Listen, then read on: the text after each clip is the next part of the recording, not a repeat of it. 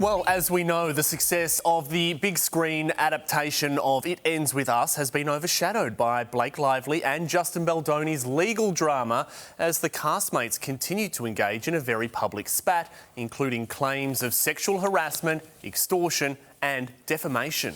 The saga has been explored in a new documentary. It's called He Said, She Said, Blake Lively versus Justin Baldoni, where experts provide behind-the-scenes insights and attempt to make sense of this very messy battle. Social media noticed that Blake Lively and Justin Baldoni were not doing any press together for a movie where they are the co-leads. It ends with us. It ends with us. It ends with us. It ends with us. It ends with us. It ends with us. It Ends With Us is about domestic violence, but the message of the film has been clouded because of the scandal around its stars. Maybe this guy isn't the guy that you think he is. This isn't just a fluffy celebrity feud. The actual story is, I think, a lot darker and a lot more complex than that. So from the documentary, we welcome professional intimacy coordinator and founder of Consent Wizardry, Mia Schachter. Good morning, Mia. Morning. Hi, you've worked on shows like Euphoria and you are Tinder's resident consent educator. Now you've provided your insights for this TV special. What was your initial take on the whole situation? Yeah, when I first found out about it, it seemed like another situation where we're not going to find some truth, one single truth, because we have people speaking from their subjective experiences over a long period of time. And it unfortunately seems like what happens when we provide really bad consent education or none at all. And so we're left with these kind of bumper sticker types of phrases like no means no, without really anything that shows us how to engage in consent in an ongoing way beyond the one moment of permission. Yeah, all right, so mate, walk us through this. Obviously, Justin Baldoni, he was the director on this film as well. Did he actually have a duty of care to hold those formal conversations with Blake Lively before he just started improvising on set? Yes, I believe so.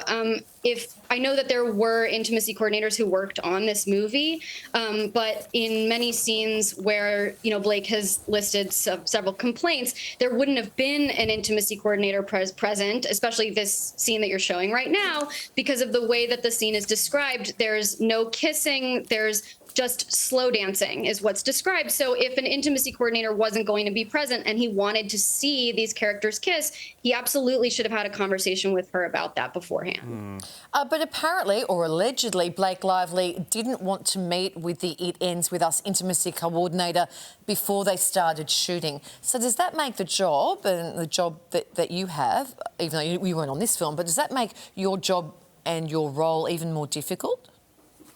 Yes. I've been in situations like that, and it is certainly frustrating, to say the least. The majority of our work takes place in prep, and if we can't have those conversations one-on-one with each actor, then we're not able to do our prep, and it makes shooting very challenging for us. But she didn't refuse to work with an intimacy coordinator. She turned down that prep conversation, and yet in a scene like that slow dance scene, there wouldn't have been any conversation with an intimacy coordinator.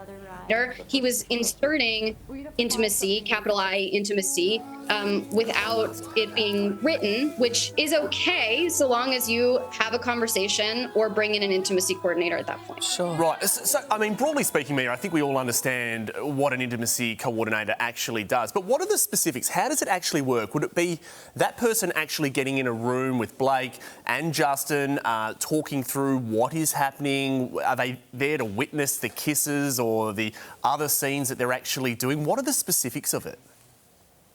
Yeah, we go through the script and we break it down. We make a list of conversations scenes that we want to have conversations with the director about based on what's written. And then we talk to the director privately, and then we speak to each actor privately. That's the conversation that supposedly Blake would have turned down. And then we coordinate across many departments. So the production office, the legal team, the costumes department, hair and makeup, sometimes props and set deck.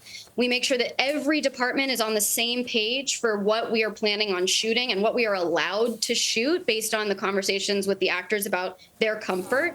We make sure we have the legal paperwork in place. We make sure that that is signed. And then once we're shooting, we make sure the set is properly closed according to SAG-AFTRA guidelines. That's our union here. So that's making sure that no non-essential personnel are present, that the footage from that day only goes to certain people, that the script supervisor is aware of what we agreed to shoot and what we're not allowed to see. We can choreograph if necessary. We check in on an ongoing basis. We make sure that the actors' comfort levels and boundaries have been communicated between them so that they know and it's not just coming from a third party. It's a pretty extensive job. Yeah, and it sounds like really important work too. The legal drama doesn't appear to be ending anytime soon. What do you think the stars may or could have done differently to better handle this situation, Mia?